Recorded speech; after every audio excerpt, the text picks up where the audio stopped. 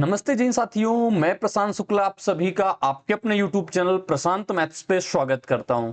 तो आज मैथ के डोज में यानी कॉन्फिडेंस बूस्टर के जो मैथ डोज मैं आपको प्रोवाइड करा रहा हूं, इसमें आज हम डिस्कस करेंगे कॉइन के बेस्ट क्वेश्चन जो कि अपने पास अभी रिसेंट में जो सीजीएल प्री का एग्जाम हुआ था उसमें पूछे गए थे ऐसे प्रश्न।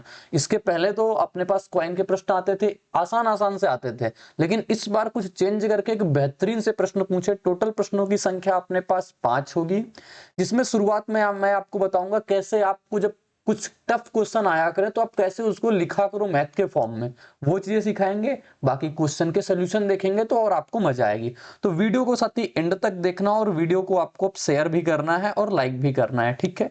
पहला प्रश्न ये होता है, इसके पहले हम आपको कॉइन के लिए जो बेसिक टर्म होती हैं वो हम आपको बता देते हैं कि चीजें क्या होती हैं। जैसे आपको कभी कॉइन के क्वेश्चन आते हैं तो आपकी नजर सिर्फ किस पे होती है, और किस पे होनी चाहिए।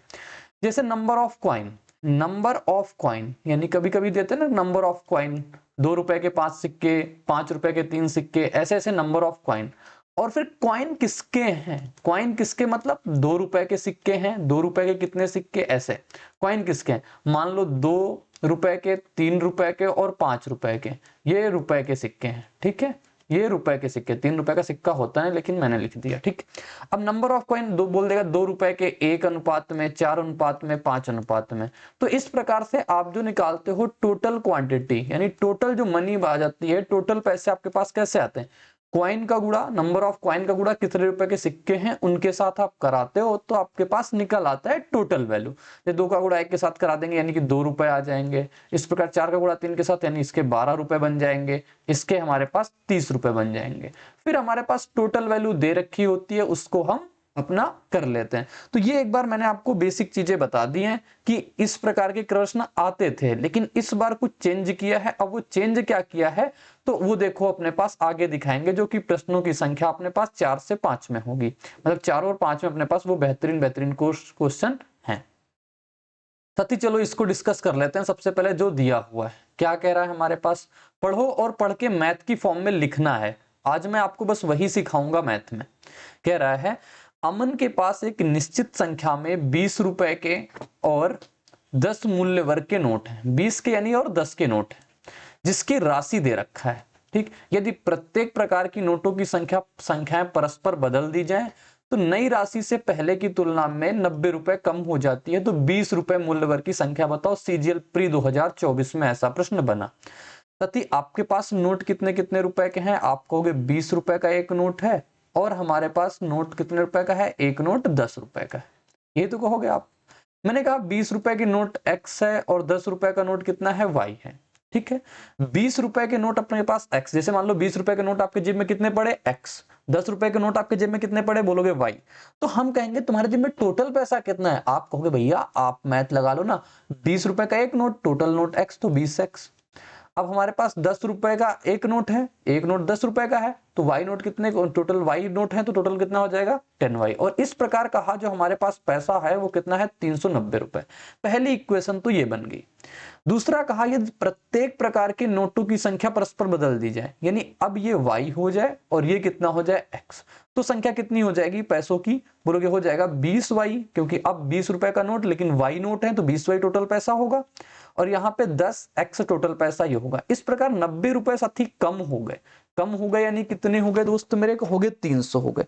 हमें सॉल्व करना है, बस सॉल्व करने की टेक्निक आप सीखना, कैसे हम इसको आसानी से सॉल्व करेंगे। देखो हमें 20 रुपए के नोट बताने हैं ना, यानी x की वैल्यू बतानी है कि 20 रुपए के नोट कितने हैं, ठीक। ओरिजिनल वाली प्राइस, जीरो आप सबसे कॉमन ले लो, यहां से जीरो लेके इसका जीरो हटाया, यहां से जीरो कॉमन लेके हमने काट दिया, ठीक।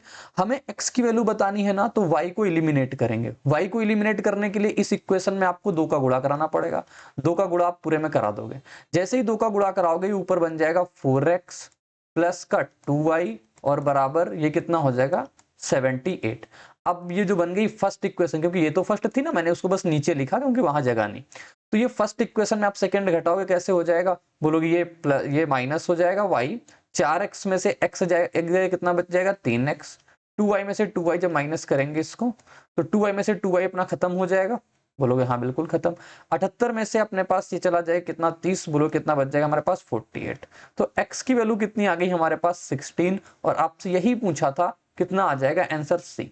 बस आपने क्या किया, बेसिक चीज में मैथ को लिखा, इतना मुश्किल प्रश्न नहीं है। अभी जो चीजें आएंगी वो सीखने के लिए इसको जानना बेहद जरूरी था दोस्त, ठीक है। बढ़े आगे, नेक्स्ट क्वेश्चन क्या कहता है, देखो ये लिखा हुआ है अच्छा सा प्रश्न। एक व्यक्ति के पास 10 रुपए, 5 रुपए और 2 रुपए मूल्य वर्ग के कुछ सिक्के हैं। 10 और 5 के सिक्कों की संख्या, 5 और 2 के सिक्कों की संख्या, 2 और 10 के सिक्कों की संख्या के गुणनफल, कीवर्ड पे आप फोकस करना, गुणनफल का अनुपात इतना दे रखा है, तो इस व्यक्ति के पास न्यूनतम कितनी धनराशि हो सकती है। न्यूनतम कितनी धनराशि हो सकती है साथी। अब चलो करते हैं अपने पास प्रश्न। कह रहा है हमारे पास 10 रुपए के सिक्के, हमारे पास 5 रुपए के सिक्के और हमारे पास 2 रुपए के सिक्के हैं, ठीक। 10, 5 और 2, ठीक है। अब मान लेते हैं इसकी संख्या हमारे पास ए है, क्योंकि हमें एक्चुअल इनका रेशियो नहीं पता। इसकी संख्या बी, इसकी संख्या कितनी हो गई सी। कहा है कि ये सिक्कों की संख्या है, नंबर ऑफ क्वाइन है ये क्या है, number of coin, number of coin ये। हमसे कहा सिक्कों की संख्या, यानी 10, 5 के सिक्कों की संख्या, 10, 5 के सिक्के कितने हैं ए बी, और फिर हमारे पास 5 और 2 के सिक्के कितने हो जाएंगे, गुणनफल बी सी, और इसके पास कितने हो जाएंगे, 2 और 10 के कितने हो जाएंगे सी ए। इनका अनुपात हमें दे रखा है कितना, 3, 6 और 4। अगर मैं आपसे कहूं इनका कंप्लीट रेशियो आप निकाल लो, कैसे निकलेगा, बी से बी कट जाएगा, तो ए और सी का अनुपात कितना आ जाएगा, बोलोगे ए और सी का अनुपात यहां से 1:2। अगर हम पहले दो को सॉल्व करें, भाई अगर आप ऐसे लिखना चाहो ना, ऐसे लिख लो, A B upon B C कितना है, 3/6। आप ऐसे लिख लो, बी सी अपॉन सी ए कितना है हमारे पास, 6/4। सॉल्व कर लो, सी से सी कटेगा तो बी और ए का अनुपात आ जाएगा 3:2, यानी कि आप ऐसे भी लिख सकते हो ए बी सी। बी और ए का अनुपात कितना हो जाएगा, 2:3, और बी सी का अनुपात आ जाएगा, यहां से बी और सी हो गया तो सी का अनुपात कितना है, ए और इसका अनुपात कितना, 3:6। यहां से आप कर सकते हो इसको, ए बी बटे का सी ए लिख लो, आप अगर सॉल्व करना चाहो, नहीं तो यहां से भी आपके पास आंसर आ जाता। तो बी सी का अनुपात 3:4, इसका अनुपात 3:4 हो जाएगा, तो ये आ गया 4 यहाँ पे, क्योंकि 3:4 देखो बी सी का, 3:2 हमारे पास बी ए का, 3:2 बी ए का, और अपने पास ए सी का कितना हो जाएगा, 3:6, यानी 1:2 का, तो 1:2 का आपके सामने। क्या कहा है, एक व्यक्ति के पास न्यूनतम कितनी धनराशि होगी, यानी ये 10 रुपए के सिक्के थे, ये हमारे पास 5 रुपए के सिक्के थे, ये हमारे पास 2 रुपए। न्यूनतम मतलब न्यूनतम कितने होंगे, 2 सिक्के इसके, 3 इसके, 4 इसके। न्यूनतम धनराशि कितने बनेगी, 10 गुणा 2 20, 5 गुणा 3 15, और 4 गुणा 2 कितना हो जाएगा 8, 35 8 कितना होता है 43। तो 43 रुपए उसकी जेब में रहे होंगे जब उसके पास इस अनुपात में सिक्के होंगे और इतने मूल्य वर्ग के सिक्के रहे होंगे। आई होप क्लियर हो गया होगा ना। बस मैथ को पढ़ के लिखना है दोस्तों, मेंस के लिए इंपॉर्टेंट है, आगे वाले जो आने वाले प्रश्न होने वाले। एक अच्छा सा प्रश्न ये लिखा हुआ है, कह रहा है सिक्कों के संग्रह में प्रत्येक 4 गैर सोने के सिक्कों के लिए 1 सोने का सिक्का है। यानी कि हमारे पास सोने के सिक्के हैं और अदर सिक्के हैं। तो हम सबसे पहले लिख लेते हैं गोल्ड के सिक्के, और हमारे पास जो अदर सिक्के हैं उनका लिख लेते हैं, ठीक है। यदि संग्रह में 20 और सोने के सिक्के जोड़े जाते हैं तो सोने के सिक्कों की संख्या गैर सोने के सिक्कों की संख्या का अनुपात 2:3 का हो जाएगा। प्रत्येक 4 गैर सोने के सिक्कों के लिए 1 सोने का सिक्का, मतलब हम कहें अगर 4 ये हैं गैर वाले, तो हमारे पास सोने वाले कितने हैं, 1 है, यानी 4x ये और x के अनुपात में। क्योंकि कह रहा है कि सोने के सिक्कों में 20 जोड़ दिए जाए, सोने के सिक्के x है हमारे पास, इसमें हमने 20 जोड़ दिया। गैर सोने के सिक्कों मैंने कोई छेड़खानी नहीं करी तो ऐसा लिखा। अब कह रहा उनका अनुपात जो है ना, सोने के सिक्कों की संख्या गैर सोने के सिक्कों की संख्या में 2:3 का। बस सॉल्व कर लेंगे, 3x 20 गुणा 3 कितना हो जाएगा 60, 4 गुणा 2 कितना हो जाएगा 8x। तो यहां से आ जाएगा 5x बराबर 60, ये आ जाएगा x की वैल्यू कितनी हो जाएगी 12। हमसे क्या पूछा है, अब सिक्कों की संग्रह कितनी हो जाएगी, सिक्कों की संख्या पूछा। पहले हमारे पास टोटल कितने सिक्के हैं हमारे पास, बोलोगे 5x, ठीक। लेकिन अब पूछा है ना, हमने 20 और ऐड कर दिया, ये वाले 20, देखो ये 20 हमने और ऐड कर दिया ना, और हमसे पूछा है अब कितनी हो जाएगी, अब का मान पूछा है। ये सिल्ली मिस्टेक लोग कर देते हैं, यहाँ पे 60 लगा देंगे और निकल जाएंगे, 12 पंचे 60 हो जाएगा, और प्लस 20 कितना हो जाएगा टोटल 80। तो राइट आंसर जो होगा इसका 80 होगा दोस्त। ये सिल्ली मिस्टेक मत करना, ये काफी लोगों से मिस्टेक हो जाती है, वहां पे लिखा हुआ है साफ साफ, कितना लिखा हुआ है कि कुल संख्या अब क्या हो जाएगी। कीवर्ड जो होते हैं इनको आपको एग्जाम में बहुत ध्यान देने की जरूरत पड़ती है। आई होप क्लियरिटी होगी ना हर चीज की, बेहतरीन तरीके से समझ में आया ना। अब जो प्रश्न लिखा हुआ है ये दमदार प्रश्न है, इसको मन से करो, वीडियो को पॉज करो और करने का प्रयास करो, देखो आपसे बना या नहीं। और इस बार के सीजीएल प्री का ही प्रश्न है ये। लिखा हुआ है आर जो है 5 रुपए, 2 रुपए, 1 रुपए के सिक्कों में पी को 100 का भुगतान करता है। भुगतान के लिए उपयोग किए गए सिक्कों की संख्या 40 है। भुगतान में 5 मूल्य वर्ग के सिक्कों की संख्या कितनी है ये बता दो आप। बताओ भाई, उपयोग किए गए सिक्कों की संख्या 40 है, भुगतान में 5 मूल्य वर्ग के सिक्कों की संख्या क्या है।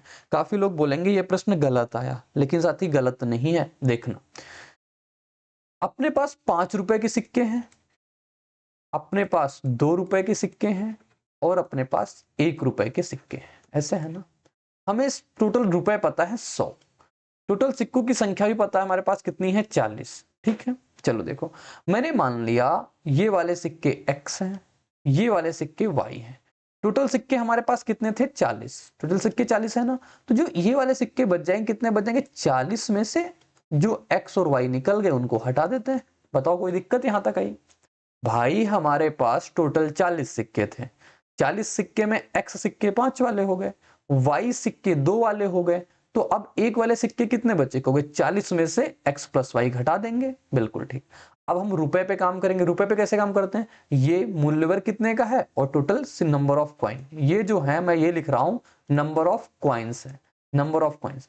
5 रुपए के x सिक्के तो हमारी जेब में कितने रुपए आ जाएंगे 5x। 2 रुपए के y सिक्के कितने रुपए आ जाएंगे हमारी जेब में 2y। और 1 रुपए के 40 माइनस x प्लस वाई सिक्के हैं तो इतने आ जाएंगे हमारे पास। और टोटल रुपए हमारे पास कहा कितने, इस प्रकार से 100 रुपए हैं। अब इसको सॉल्व करना काफी लोगों को बड़ा मुसीबत लगा, लेकिन समझना मेरी बात, यहां बोला है भुगतान के लिए उपयोग किए गए सिक्कों की संख्या 40 है, भुगतान में 5 रुपए मूल्य वर्ग के कितने सिक्के हो सकते हैं। लिखा what is the number of coins 5 denomination in the payment. ठीक है, अब देखो ये जो ऑप्शन आपको दे रखे हैं ना 5 रुपए के सिक्कों के दे रखे हैं, और जो यहाँ पे x और y लिखा हुआ है ना ये भी अपने होल नंबर में होगा। होल नंबर का मतलब 1 2 3 4 5। कभी निगेटिव सिक्के होंगे नहीं, कभी पॉइंट में सिक्के हो सकते हैं नहीं। तो मैं यहाँ पे ऑप्शन उठा के करूंगा अपने पास। यहाँ पे मान लो x की वैल्यू मैंने रखी यहाँ पे 16 वैल्यू रखेंगे, 16 पंचे कितना हो जाएगा 80, 5 गुणे का 16। सबसे पहले पहला ऑप्शन रखते हैं 2y, हमें y नहीं पता कितना है, हम सिर्फ इसका ले रहे हैं क्योंकि हमें 5x हमें इसी के ऑप्शन पता है। और ये हो जाएगा 40 माइनस 5 रुपए के x सिक्के रखा ना, 5 रुपए के x को इसको हटाना पड़ेगा, ये नहीं होगा ठीक। 5x हमारे कितने हो गए, हमने 16 लिया ना, 16 और माइनस का y बराबर कितना है 100। देखो अभी समझ में आ जाएगा, ये कितना हो जाएगा 80, ये साथी कितना हो जाएगा 2y, ये कितना हो जाएगा 120, 120 कैसे कर दिया मैंने 40, ये 40 होगा, 40 लिखा हुआ ना तो 40 और ये माइनस 16 माइनस वाई बराबर कितना हो जाएगा 100। अब देखो 2y में से y जाएगा कितना बचेगा y, अब इन सबको उधर ले सकते हैं 100, 80 40 120 हो जाएगा तो इधर ले आएंगे माइनस का 120 और माइनस माइनस प्लस 16। अब देखो यहाँ से कितना बचेगा, बोलोगे यहाँ से बचेगा हमारे पास माइनस का 16, ये कितना हो जाएगा प्लस का 16। ठीक, 120 बचेगा माइनस का 20, सॉरी क्या गड़बड़ कर रहा हूं मैं, माइनस का 20, तो ये आ जाएगा माइनस के 4। क्या सिक्के कभी हमारे पास माइनस के 4 हो सकते हैं क्या, बोलोगे नहीं सिक्के कभी माइनस के 4 नहीं हो सकते, यानी कि ये ऑप्शन नहीं हो सकता। आपने जब यहाँ पे x की वैल्यू 16 रखी तब जाके हमारे पास माइनस में वैल्यू आ गई। अगर हम 18 भी रख देंगे x की वैल्यू तब भी माइनस में आ जाएगी, अगर 17 रखेंगे तब भी माइनस में आ जाएगी। एक बार 13 रख के आओ चेक कर लेते हैं। 13 रख के कैसे चेक करेंगे देखते हैं। x की वैल्यू 13 रखेंगे, 5 गुणे का 13, 5 गुणे का 13, इसी वाली इक्वेशन में रखना है हमें, बस इस वाली इक्वेशन में, जो ये इक्वेशन है इसी में रखना है। 5 गुणे का 13 प्लस 2y और प्लस का 14। और ये चीज अगर नहीं समझ के गए तो फिर आपको वहां पे दिक्कत आएगी, फिर मत बोलना कि ये चीज किसी ने बताया नहीं। ये हो गया, ये हो गया 65 और उधर से वो 40 माइनस 13 प्लस का y बराबर कितना 100। तो ये y की वैल्यू कितनी आ जाएगी देखो 100 प्लस 13 और ये जुड़े कितना हो जाएगा 105। तो यहां से आपके सामने y की वैल्यू 113 में से 5 जाए कितना बच जाएगा 8। y की वैल्यू पॉजिटिव आ गई ना, इस प्रकार से हम कह सकते हैं ये आंसर हमारे पास हो जाएगा, बाकी कोई ऑप्शन सेटिस्फाई नहीं करेगा। इस प्रकार के क्वेश्चन को जब कभी भी ऐसी चीज आ जाए, आपके पास ऑप्शन ऐसा दे रखा है, काफी लोगों ने ऐसे प्रश्न को गलत बोला था, लेकिन गलत नहीं है, बिल्कुल सही बनाया, कोई दिक्कत नहीं है इसमें।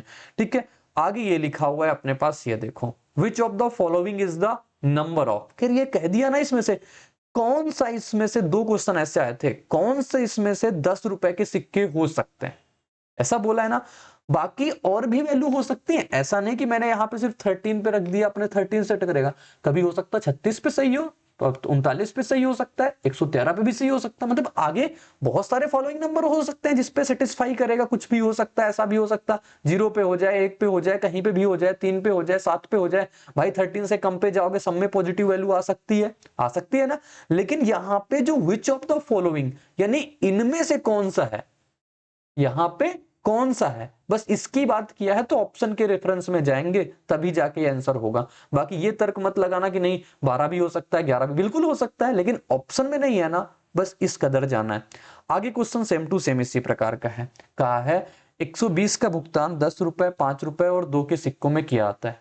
10 रुपए, 5 रुपए, क्योंकि यहां साफ साफ बोल रखा है which of the following, which of the following 5 रुपए और 2 रुपए के फॉर्म में किया जाता है, लिखा हुआ है। इसके कुल सिक्के 25, टोटल सिक्के आपको 25 देखे, फिर से सेम कर लेते हैं। ये अगर x है, ये अगर सिक्के y के होंगे, तो ये सिक्के कितने के हो जाएंगे 25 माइनस एक्स प्लस वाई, ये 25 माइनस एक्स प्लस वाई हो जाएंगे, ये नंबर ऑफ कॉइन्स।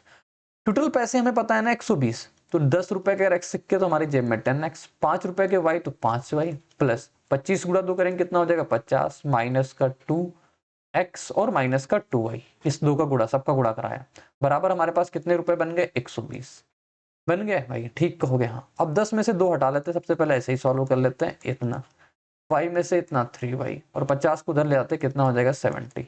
आप रख लो ऑप्शन, 8 रखते हैं, 8 अट्ठे 64, 8 रखेंगे ना, x बराबर सबसे पहले 8 रखते हैं, तो 8 गुणा 8 प्लस 3y, क्योंकि एक इक्वेशन 2 वेरिएबल कभी भी आप ऐसे आंसर नहीं निकाल सकते बिना एक की वैल्यू पता किए। 70 माइनस 64 कितना हो जाएगा 3y बराबर 6 बचेगा ना 2, तो y की वैल्यू अपने पास 2 आ गई, जो कि हो सकती है, बिल्कुल सही। आप बाकियों के रख लो, आप चलो 6 को चेक करते हैं, अपना आंसर तो आ गया 8, लेकिन बाकी को चेक कर लेते हैं।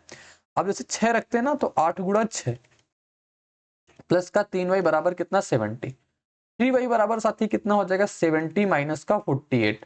अब बताओ 70 में से 48 जाएगा 22 बचेगा, बचेगा बिल्कुल। अब 3y, अब बताओ ये y की वैल्यू 22 अपॉन का 3, क्या सिक्के कभी आपके फ्रैक्शन में होंगे, नहीं ना, तो ये आंसर नहीं होगा। इसी प्रकार से आप इसको चेक करोगे, ये भी नहीं होगा, ये भी नहीं होगा। तो इस प्रकार से अपने पास जो आंसर आएगा वो ये वाला आ जाएगा। टोटल हमारे पास कितने सिक्के हैं y रुपए के, y के 2 आ गए ना, हाँ ठीक है। तो x हमने कितने रखे, x के 8 रखे, तो हमारा आंसर कितना हो गया, क्योंकि हमसे 10 के ही पूछा, तो सारे ऑप्शन हमारे पास 10 के थे, तो मैंने 10 के रख लिए अपने पास। तो ये हो गया अपने पास math dose number 4 complete. 5 question कराए, और इसके बाद साथी आपको जो आएगी ना वीडियो, बहुत अच्छी अच्छी ज्योमेट्री, मेंसुरेशन, इन सब की वीडियो आएगी। मैं कहता हूँ आप आंख बंद करके मेरे 60 डोज देखना, बस इतने बेहतरीन बेहतरीन क्वेश्चन कराऊंगा ना, लेटेस्ट पैटर्न पे, जो कभी पूछे गए मेंस में, 2019 मेंस में, 2018 के मेंस में और 2020 के मेंस में बहुत अच्छे प्रश्न आए थे, उनका भी डिस्कशन करेंगे। तो जितने भी बेहतरीन बेहतरीन चीजें होती है ना, उन सबको हम लेके आएंगे, क्योंकि अभी सीएचएसएल मेंस हुआ, प्रश्न कितने आसान है, उसमें तो कुछ भी चैलेंज रहा ही नहीं, लेकिन मैं आपके सामने इन डोज में से बेहतरीन बेहतरीन कंसेप्ट डिस्कस करूंगा। तो वीडियो को आप कंप्लीट देखा करो, कोई वीडियो, और वीडियो को इधर उधर भाई शेयर कर दिया करो। और टेलीग्राम की चीजें, मेरा कॉन्टेक्ट नंबर मैंने आप पहले की वीडियो में दे रखा है, व्हाट्सअप नंबर, कोई भी दिक्कत आ जाए वहां पे मुझसे पूछ सकते हो भाई। मिलेंगे नेक्स्ट वीडियो में इसी स्टार उमंग के साथ, तो बने रहना मेरे साथ। बाय बाय, जय हिंद, टेक केयर, धन्यवाद।